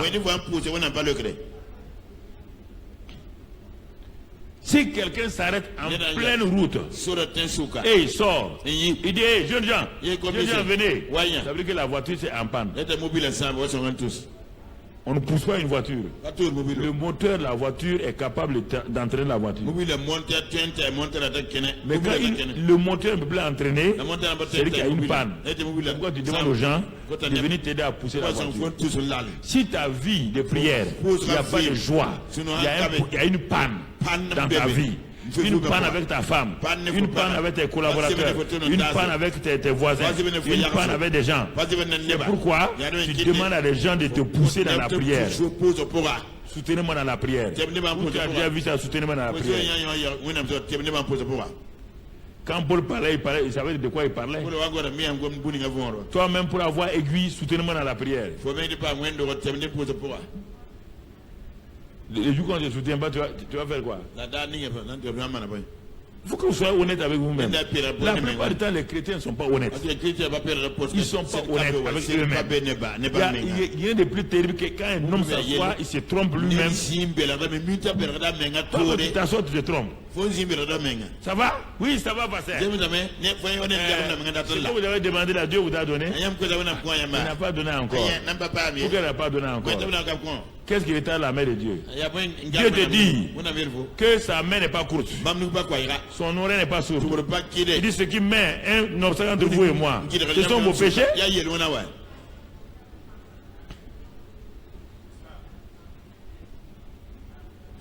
Ce sont vos péchés. Pas autre chose.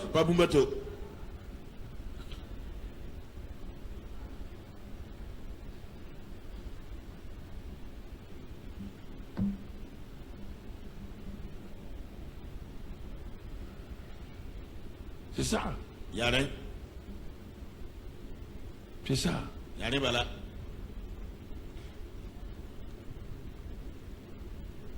C'est ça. Yare bala. Par exemple, il y a le prophète Emmanuel, que j'apprécie beaucoup et tout. Il a commencé les jeûnes d'Esther. Au début, il parlait aux gens dans les jeûnes d'Esther et il y avait beaucoup de résultats. Ces derniers temps, quand on parle, on va faire des hôtels.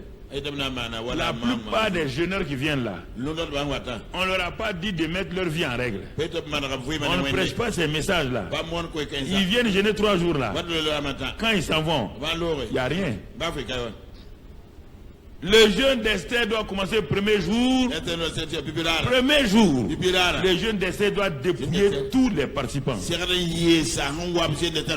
Il faut leur dire la vérité. Dépouiller tout le monde. Dépouiller tout le monde.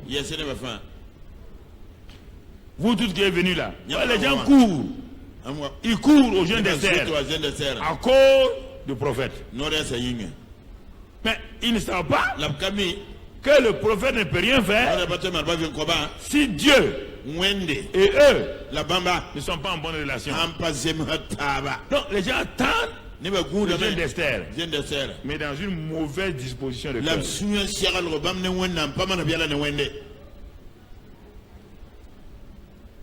Donc le premier jour du jeûne d'Esther, ça doit être un jour de repentance et de cri devant Dieu. On doit ouvrir Ésaïe 59.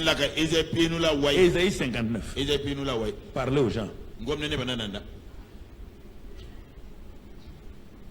C'est le dernier jour qu'on doit prier pour les gens. Deuxième jour, préparer le cœur des gens par la foi à recevoir ce qu'il y a. Troisième jour, maintenant, tous les besoins, les gens viennent. Vous allez voir, le troisième jour là, les gens sont chauds. Ça c'est important. Très important.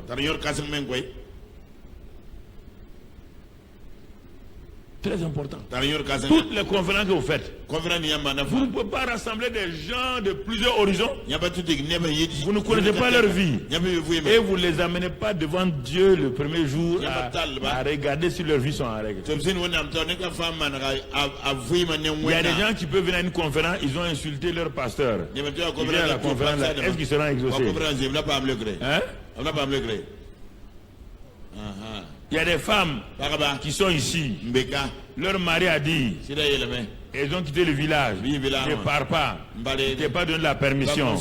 Elles ont quitté, elles sont venues. Est-ce qu'elles seront exaucées? Voilà déjà.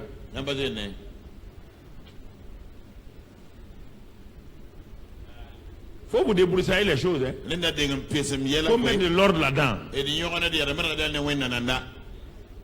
Faut mettre l'ordre là-dedans. Faut mettre l'ordre là-dedans.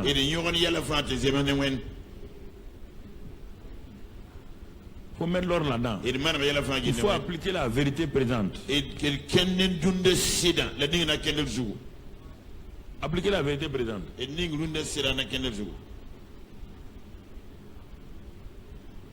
Eh oui. Le nom de Jésus va aider les gens, mais à condition qu'ils aient préparé des choses. Et maintenant, regardons le Saint-Esprit et le nom de Jésus. Le Père a dit, voilà le nom de Jésus. Qu'est-ce que le Saint-Esprit nous dit? D'abord, on nous dit, Jésus nous dit dans Jean 16, 7, que je vous dis la vérité, il vous est avantageux que je m'en aille. Donc la présence physique de Jésus n'était pas, lui-même il a dit c'est pas important. Il a dit c'est pas avantageux. Lui-même il a parlé, toi tu veux Jésus, lui-même il a parlé. Il vous est avantageux que je m'en aille. Car si je ne m'en vais pas, le Saint-Esprit consolateur ne viendra pas. Ah? Jésus dit, il ne faut pas vous attacher à moi. Hein. Je suis venu, j'ai fini ce que je devais faire. Je dois aller. Si je ne pars pas, le Saint-Esprit qui doit venir là, pour vous aider là, pour vous faire naître de nouveau là, il n'y aura rien. Il nous dit la vérité. Mais si je m'en vais, je vous l'enverrai. Je vous l'enverrai. Le Saint-Esprit et Jésus travaillent comme ça. Mais comme Jésus est parti, quand Jésus est parti physiquement, le Saint-Esprit va travailler avec qui? Le nom de Jésus. Avec le nom de Jésus. C'est avec le nom de Jésus qui va travailler. Jean 15, 26. Jean 15, 26. Quand sera venu le consolateur, que je vous enverrai de la part du Père, l'Esprit de vérité. Lui-même il dit, je suis la vérité. Il dit le Saint-Esprit est l'Esprit de vérité. Qui vient du Père, il rendra témoignage de moi. Lui va partir. Le Jésus physique la part. Mais il dit que le Saint-Esprit rendra témoin de moi. Moi qui, par mon nom, il va rendre témoignage. Quand vous allez dire mon nom là, tout de suite il va rendre témoignage de moi. Et quand il fait ça, vous aussi, quand vous aussi vous allez rendre témoignage parce que vous êtes avec moi dès le commencement. Vous ne pouvez pas dire que le nom de Jésus est puissant si le Saint-Esprit n'a pas donné témoignage à ce nom-là. Vous ne pouvez pas. C'est lui qui active la puissance du nom de Jésus. C'est pourquoi je vous ai dit hier, si vous n'êtes pas en bonne relation avec lui, là, ouais, il y a beaucoup de choses dans la prière. C'est pas on dit on va prier. Tu n'es pas en bonne relation avec le Saint-Esprit. Tu n'es pas en bonne relation avec ta femme. Tu n'es pas en bonne relation. Tu dis où tu vas aller prier, tu vas aller gêner. Et tu es en train de perdre du temps. À moins que tu es là-bas te repentir. Mais tu dois te réconcilier aussi.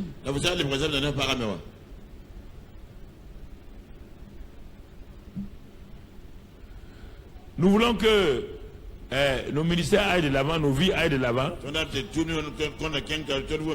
ne peut pas occulter la parole du Nouveau Testament. Ça ne sert à rien de faire des miracles et d'arriver à la maison, Satan te frappe. Il te frappe par la pauvreté, il te frappe par la famine, il te frappe par la maladie. À quoi ça te sert? Toi tu le frappes au dehors, il te frappe à la maison. Tu es en train de te donner les solutions, vous ne voulez pas écouter. On n'a qu'à prier. Si on prie ici là, il agit. Mais à la maison là, tu peux trouver un mari qui est agent secrétaire général de Satan chez toi. Tu vas faire quoi? Tu vas souffrir entre ses mains. Satan se venge sur toi. Il faut comprendre les choses. Il faut comprendre les choses. Le Saint-Esprit. Jean 16, 14. Jean 16, 14. Il me glorifiera. Non, il va me glorifier. C'est-à-dire que Jésus est parti. Mais il dit maintenant, quand il viendra sur la terre là, il va glorifier Jésus. Qu'est-ce qui est de Jésus sur la terre? C'est son nom. Il va glorifier le nom de Jésus parce qu'il prendra ce qui est à moi et vous l'annoncera. Donc le Saint-Esprit est là pour Jésus. Et comme Jésus n'est pas là physiquement, son nom est là. Il travaille avec ce nom-là. Mon frère, ma soeur, l'Église est le nom de Jésus. Jésus nous dit, son nom là, il nous donne son nom, Jean 14, verset 12. Avant de partir, il nous encourage, il nous dit, verset 12. Il nous dit d'abord, en vérité, vous voyez, tout le temps il dit en vérité. C'est pour que quelqu'un ne dise pas que lui il ment. Il dit en vérité, en vérité. Quand vous voyez ça là, vous devez avoir peur. Pour traiter mal. En vérité, je vous le dis. Celui qui croit en moi fera les œuvres que j'ai, aussi les œuvres que je fais, et il en fera de plus grandes. Je m'en vais au Père. Mais il va le faire comment? Les gens, quelqu'un prend ce verset là, on n'a pas mis point final là. Montre la fin du verset là. Je m'en vais au Père. Tu as vu point final? Hein? Ça veut dire qu'il y a la suite, non? Tu vas faire les œuvres là à travers quoi? Quand toi te lis le verset 12, tu as peur. Je ferai la même chose que Jésus. Oui. Mais par comment? On n'a pas dit par toi. On n'a pas dit toi, non. Regarde la solution. Le verset qui suit. Et tout ce que vous demanderez à mon nom, je le ferai. J'ai compris maintenant. Je suis apaisé. Si le 12 là te fait peur, vous ferez les œuvres que j'ai fait et vous en ferez les plus grandes. Tu as peur. Et quand tu vois et que tout ce que vous demanderez à mon nom, je le ferai, afin que le Père soit glorifié. C'est pas moi qui le fais. Donc c'est son nom. Je demande à son nom. À ce moment-là, je suis tranquille. Et c'est pas fini. Verset 14. Verset 14. Si vous demandez quelque chose à mon nom, je le ferai. Voilà. On ne t'a pas dit de faire les choses par toi-même. Non. Le nom de Jésus. Le nom de Jésus. On n'a pas dit de chanter. Non. Les gens chantent le nom de Jésus. Quand ils sortent, Satan les ridiculise. On a trop chanté le nom de Jésus, mais on n'a pas pris au sérieux le contenu du nom de Jésus. Tu comprends? Regarde, quand les premiers disciples ont découvert le nom de Jésus, ils étaient heureux. Tu as déjà lu ça dans Luc 10, verset 1. Après cela, le Seigneur désigna encore 70 autres disciples pour montrer que ce n'est pas les 12 là. Il désigne 70 autres. Ils ne sont ni apôtres, ils ne sont rien. Il veut déjà nous révéler que son nom là est un nom important. Et il les envoya 2 à 2 devant lui dans toutes les villes et dans tous les lieux où lui-même devait aller. Vous voyez bien? Où lui-même devait aller. Voilà comment Jésus travaille. Jésus n'a jamais travaillé seul. Il était tout. Il avait tout, mais il n'a jamais travaillé seul. Il a organisé le travail. Il a organisé le travail. Alors, quand le travail doit être organisé, il faut accepter ce qu'on te confie. Frère, n'ayez pas la pensée politique. On n'est pas en politique. Non. Tiens ta place. Garde ta place. Si on te dit, meut-toi, va ici, va là-bas. C'est ça qui fait le problème. Vous voyez ce qu'il a dit ici? C'est quand nous comprenons ces choses-là, nous commençons à... Il lève le voile et les envoie verset 17. Regarde le retour. Les 70 reviennent avec joie. Ouais, tout le temps. La joie est là quand on est exaucé. Mais beaucoup de gens n'ont pas la joie. Ça veut dire qu'ils ne sont pas exaucés. Ça veut dire qu'ils prient au nom de Jésus. Il n'y a pas de réponse. Ils doivent s'arrêter pour régler. Quand tu démarres ta voiture, ça ne démarre pas. Tu ne vas pas accuser le vendeur de voiture. Ah non.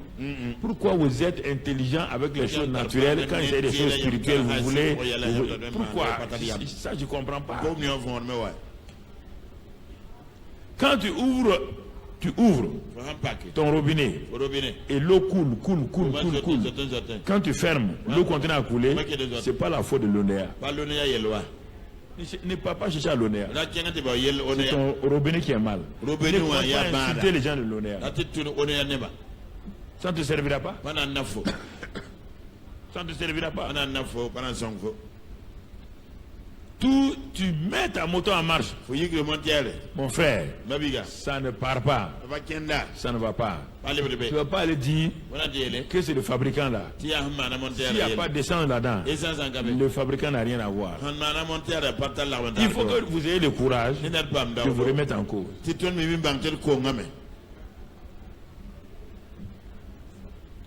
La prière ne peut pas résoudre les problèmes s'il y a tout ça là.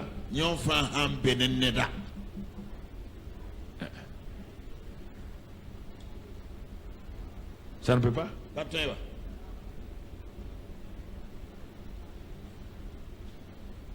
Ça ne peut pas. Une fois j'ai prié dans un pays européen, dans une église européenne, une des grandes églises, ok. J'ai prié sur le mariage. J'ai montré pourquoi le mariage ne fonctionne pas.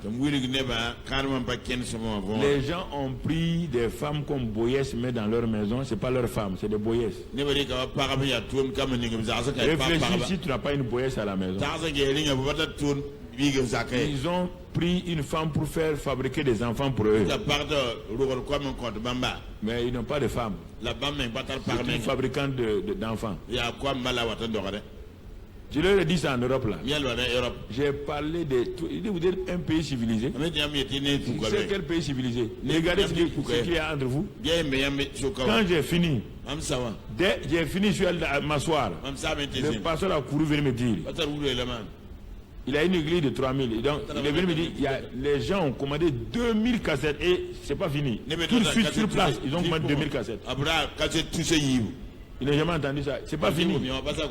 Après, j'ai pris lui-même et sa femme. Ils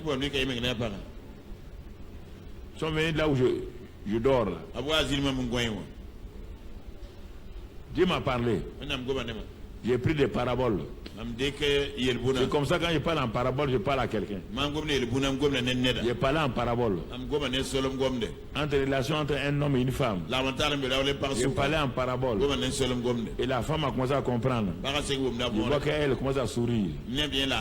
Le mari lui devient un peu triste. Ils ont commencé à comprendre. Quand j'ai fini, le mari dit ah. Lui il reconnaît. La femme dit ah. Voilà. Tu es un homme à succès. Mais regarde ce qu'on vient de dire là. Il ne faut pas jouer à l'hypocrite. Au dehors, vous êtes des hommes à succès. Au dedans, vous êtes le cousin du diable.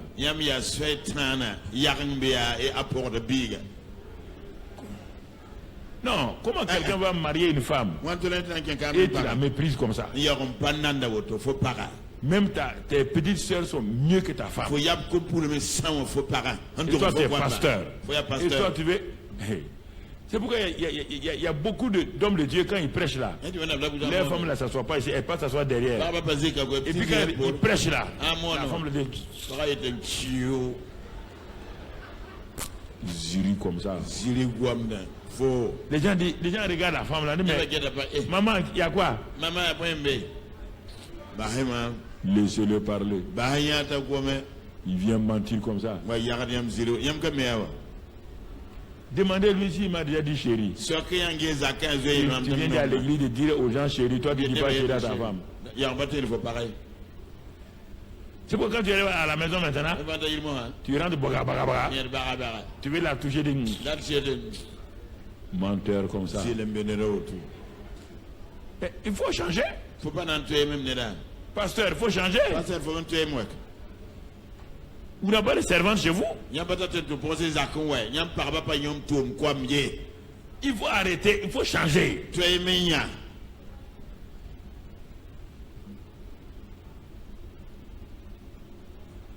Tu ne sais pas. Toute femme que Dieu donne à un homme, on dit c'est son aide. Tu ne comprends pas ça. Si tu méprises ton aide là, tu ne seras jamais aidé par quelqu'un d'autre. C'est ton aide les premiers politiciens africains, la plupart d'entre eux, ils ont fait l'erreur. C'est leurs femmes de commis expéditionnaires, là, quand ils étaient commis là, qui étaient à leur côté pour les aider à